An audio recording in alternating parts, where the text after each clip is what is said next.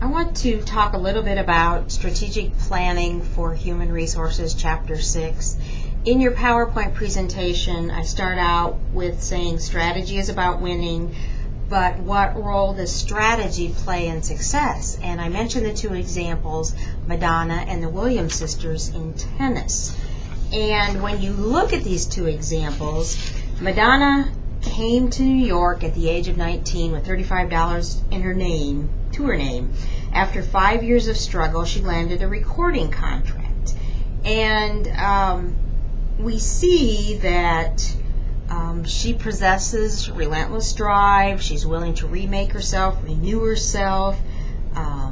She has a wide range of activities, records, concerts, music videos, movies, books, charity events. So you can see how she has worked to establish, maintain, and renew her popular appeal.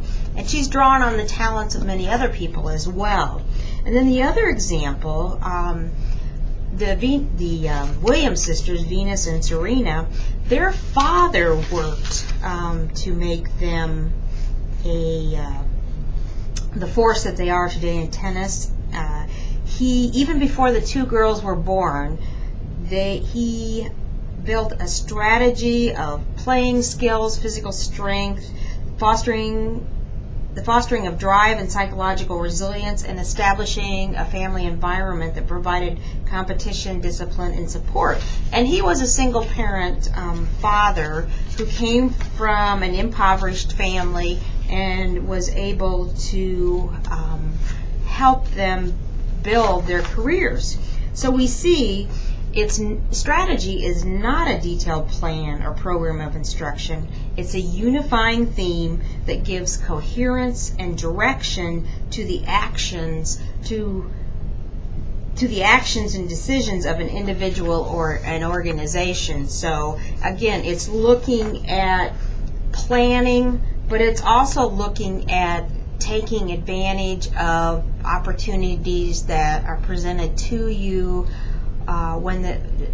when it arises, and being able to use other people's talents as well. So I wanted to clarify those two examples when you look at the PowerPoint presentation.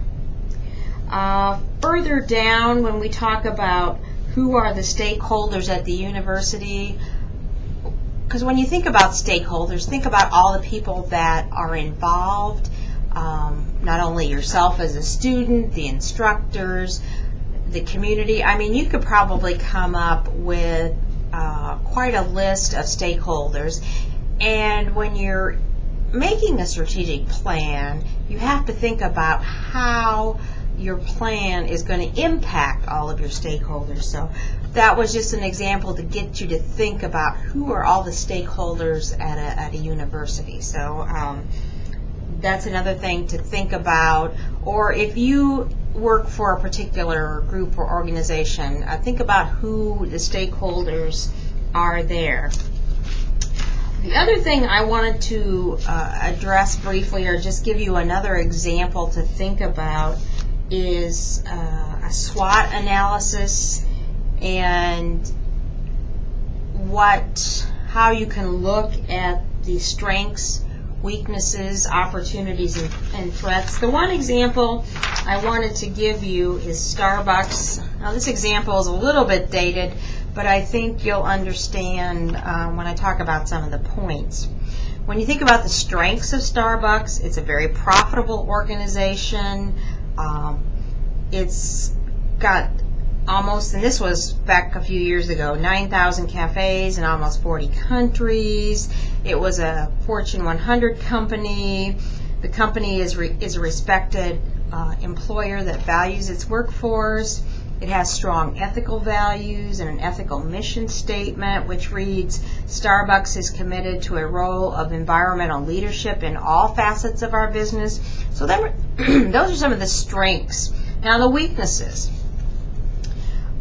It does have a reputation for new product development and creativity, but they do remain vulnerable to the possibility that their innovation may falter over time. They have a strong presence in the U.S., and more than 3/4 of their cafes are located here in this country. It is argued that they need to branch out more in order to spread business risk. And the organization is dependent on a main competitive advantage, the retail of coffee. This could make them slow to diversify into other sectors should the need arise. And so you see the strengths and the weaknesses, and then the opportunities. Starbucks are very good at taking advantages of opportunities. They created a CD burning service in their Santa Monica cafe with Hewlett Packard, where customers can create their own music CDs, new products and services such as fair trade products. The company has the opportunity to expand its global operations. New markets for coffee, such as India and the Pacific Rim nations, are beginning to emerge. And again, this data is a little outdated. I think it was 2005. And co-branding with other manufacturers of food and drinks and brand franchising to manufacturers of other goods and services have brought about potential. So there are some opportunities. But then you look again at the threats. Who knows if the market for coffee will grow and stay in favor with customers, or whether another type of beverage or leisure activity will replace coffee in the future.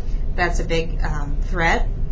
Starbucks is exposed to the rises in the cost of coffee and dairy products, and we see, in the past couple of years, the price of a cup of Starbucks coffee has gone up. And since its conception in Pike Place Market, Seattle in 1971, Starbucks' success has led to the market entry of many competitors and copycat brands that pose potential threats. So you think about all the other coffees out there, fast foods, McDonald's has a line of coffee, Dunkin' Donuts has a line of coffees, all your Burger King, everybody is trying to make a niche in that market. So that is a possible threat to Starbucks, because you think about if you could buy a cup of coffee at McDonald's for $1 instead of paying a couple of bucks, or at Starbucks, what are you going to do, especially in today's economy where money is tight. So that's what, just to give you an example of some of the strengths, weaknesses, opportunities, and threats, because that's what your case study this week talks about. You need to look at you need to do a SWOT analysis to see how you can identify these 4 areas. And those are the kind of things that help you in strategic planning. So those were the examples I just wanted to clarify in the assignment. And just to add I'm pulling out this other SWOT analysis worksheet. For strengths, what do you do well? What unique resources can you draw on? What do others see as your strengths? Weaknesses, what could you improve? Where do you have fewer resources than others? What are others likely to see as weaknesses? Opportunities, what good opportunities are open to you? What trends could you take advantage of?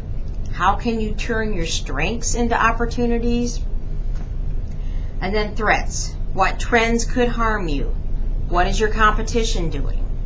What threats do your weaknesses expose to you? So there again, just a few more examples as you're trying to formulate your ideas on the case study, how to do a SWOT analysis. So that's it for Chapter 6. We're going through the semester rather quickly, but I think everyone seems to be doing fairly well, and I'm pleased with that. So again, questions, comments, concerns, do not hesitate to email me, and I'll try to get back with you as soon as possible. Thanks, and that's all till next week.